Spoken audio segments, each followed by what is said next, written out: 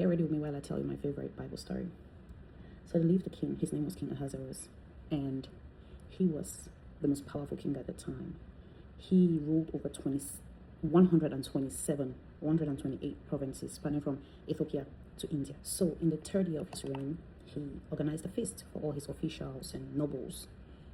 This feast was to show forth like his power and his riches. And this feast lasted 180 days. Imagine partying for 180 days. He partied for 180 days with all his nobles and all his officials. And after the 180 days was finished, he decided to go an extra 7 days. The 7 days was for everybody, from the rich to the poor, everybody came for the feast. And when everybody came for this feast, on the 7th day, he decided his wife was very beautiful. The Bible says she was a beauty to behold. King Ahasuerus decided to flaunt his wife in front of everyone. And she did not like that. And he sent his guards and the people in the palace to go get, her name was Vashti, to go get Queen Vashti.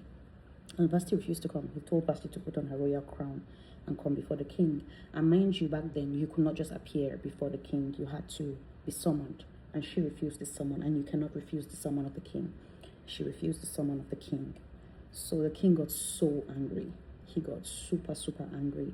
And he decided to ask the wise men of the land of Persia, like, how do we handle this situation? Vashti has disrespected me. How do we go about this? And they told him that they should dethrone her as queen, because if she keeps being queen, all the women of Persia are going to start disrespecting their husbands, because Queen Vashti did it without repercussion.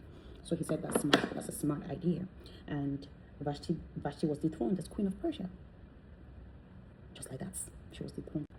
So after a while, the queen sought out a wife, and the wise men again and his nobles said, oh, they should gather all the virgins and bring to the palace, and they're going to undergo 12 months of treatment. So there was this Jew named Mordecai.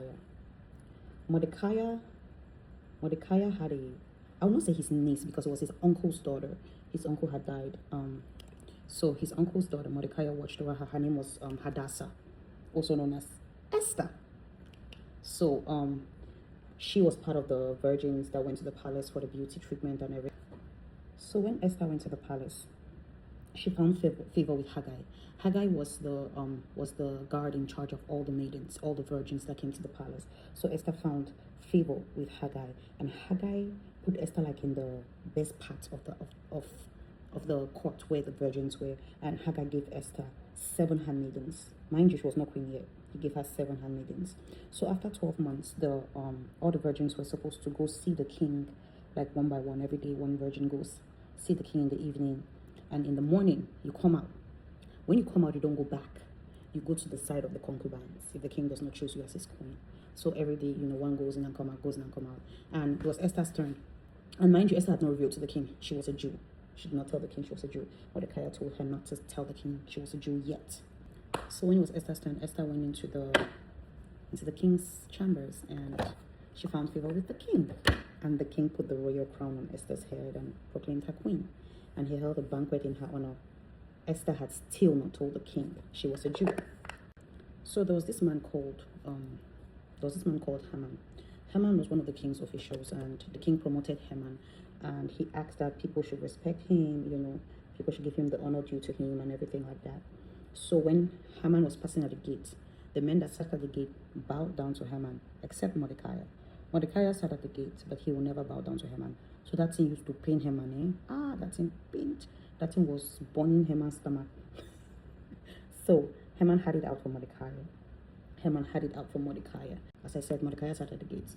So when Mordecai sat at the gate, there was a time he heard some people plotting to hurt the king, and he told Esther to tell the king that some of his guards are plotting evil against him. And they investigated the matter, and they saw that they were actually plotting to harm the king.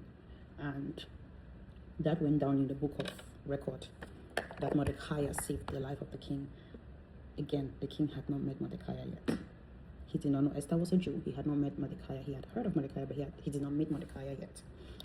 So Haman, on the other hand, he had, like I said, he had Mordecai in mind. He hated Mordecai and decided that he was going to deal with Mordecai. So when Haman found out that Mordecai was a Jew, Haman told the king that there's a group of people that don't respect the laws of the land. There's a group of people that dishonor the king, and they don't follow the rules and regulations and everything. So the king asked, what should be done?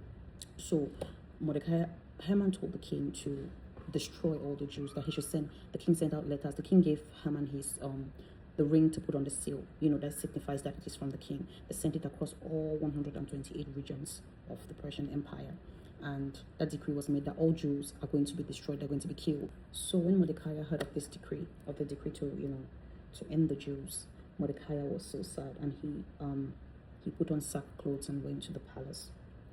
And you cannot go to the palace in sackcloth. You cannot go to the palace in sackcloth. When Esther heard that, Esther sent her guards to go give him something else to wear, but Mordecai refused to wear it.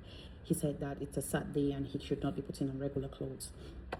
So Mordecai told the guards to go tell Esther that God had put her in the palace for such a time as this, and that she should not think that she's going to be spared. She should not think that she's going to be spared because she's one of them. She's a Jew, so she should help them out. So Esther asked Mordecai to gather all the Jews and fast on her behalf for 3 days. They should have a fast for 3 days. And Mordecai did exactly that. Mordecai gathered all the Jews and they fasted and prayed for 3 days. On the third day, like I said in the beginning, you cannot go to the king's court without being summoned. On the third day, Esther went to the king's court. She was not summoned, she went there. And if the king holds out his staff, it means you can come forward. They're not going to harm you. So Esther approached the king. The king held forth his staff and asked Esther to come forward. So the king said, "What do you want? Ask for anything." So she said, if it will please the king, she wants to invite him for a luncheon, for like a feast, and he should come with Haman. And the king said, "Oh, is that all? Say less, I'll be there." So the day of the feast came, and Haman and the king went for the feast. They went for the dinner Esther had prepared, and they sat there, and the king asked her what she wanted. Even if it's half of his kingdom, he's going to give it to her. And Haman sat there, the king sat there, they feasted, and Esther said, "I just want another dinner. I just want another, like another feast, another luncheon." And the king said, "Say less. Say less, we're going to come." And she insisted that he comes with Haman. And the king said, "That's okay, that's fine." So the king was like, "Sure, fine." So Haman went home bragging and talking about how he has found favor with, even with the queen, and he's been invited to another luncheon. So that night, the king could not sleep. He decided, he asked for the book of record to go through it, just to look through it. And when he was going through the book of record, he realized that he had not rewarded Mordecai for saving his life. So he asked for his guards to, who is in the court, who is in the palace. They said Haman had just walked in. They said, "Oh, Haman is here." Which of his nobles were around? They said Haman was there.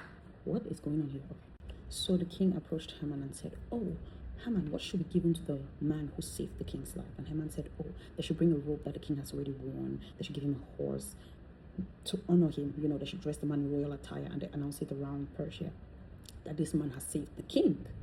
And the king said, "Say less. You are in charge of that. You are going to dress up this man and you're going to put him on a horse and you're going to announce." And Haman found out it was Mordecai. Haman was pissed. He was so mad, but there's nothing he could do about it. So after honoring Mordecai, Haman was so mad. Haman went home so angry. Like, Haman was pissed. So he went home hungry, and he set a death trap for Mordecai, and then went to the dinner that Queen Esther had, the second dinner that Queen Esther had planned for him and the king. So during the dinner, the king asked Esther again, "What do you want? What is it you want? Even if it's half of my kingdom, I'm going to give it to you." And Esther said, "King, please, if I found favor in your sight, spare my life." That's what she said. She did not say spare my people. She said spare my life and that of my people. The king is like, "What are you talking about? Like, you're the queen. What are you talking about?" Ignore my eyes. I tried wearing lashes and I lost interest. So the king asked, "Who seeks to destroy you?" And Esther said, "Haman." Haman plotted to destroy her people, and the king was so angry and he walked out. And when he walked out, Haman started begging her, "Please, I beg, help our life, help me, help me, help me." Because the king was furious. Don't let the king's anger.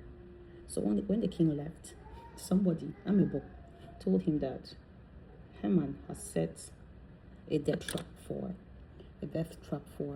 Mordecai. The king said, "Say less. Take him and go and hang him on the gallows," which he said for Mordecai. So Haman was taken out. The gallows he set for Mordecai, he was hung on it. So Haman was killed on the gallows he set for Mordecai. Isn't that funny? So, mind you, the letters had already gone out across Persia, and Persia was big. Mind you, imagine Ethiopia to India. The letters had already gone out with the king's seal. So the king gathered all the writers, and they wrote another letter and said the Jews should fight for their lives. You know, the Jews, because that already started turmoil, like the Jews should fight back, and the Jews fought. Oh, they fought back. They killed Persians. The king promoted Mordecai to one of his officials, and he looked out for the Jews. And of course, Esther was the queen; she looked out for her people, and that's how God used Queen Esther to save the Jews. And one thing that fascinates me about the story, or one thing I love about the story, is timing. Had it been Esther, maybe, I don't know, maybe if Esther had revealed from the start that she was a Jew, she would have never been queen. And maybe if Esther became queen and revealed too early that she was a Jew, she would have never had the opportunity to save her people. And if Haman had not built the gallows to kill Mordecai, Haman would have probably been alive. I don't know. But timing, God's timing is always perfect. That's one thing I love from this story. How'd you like my makeup?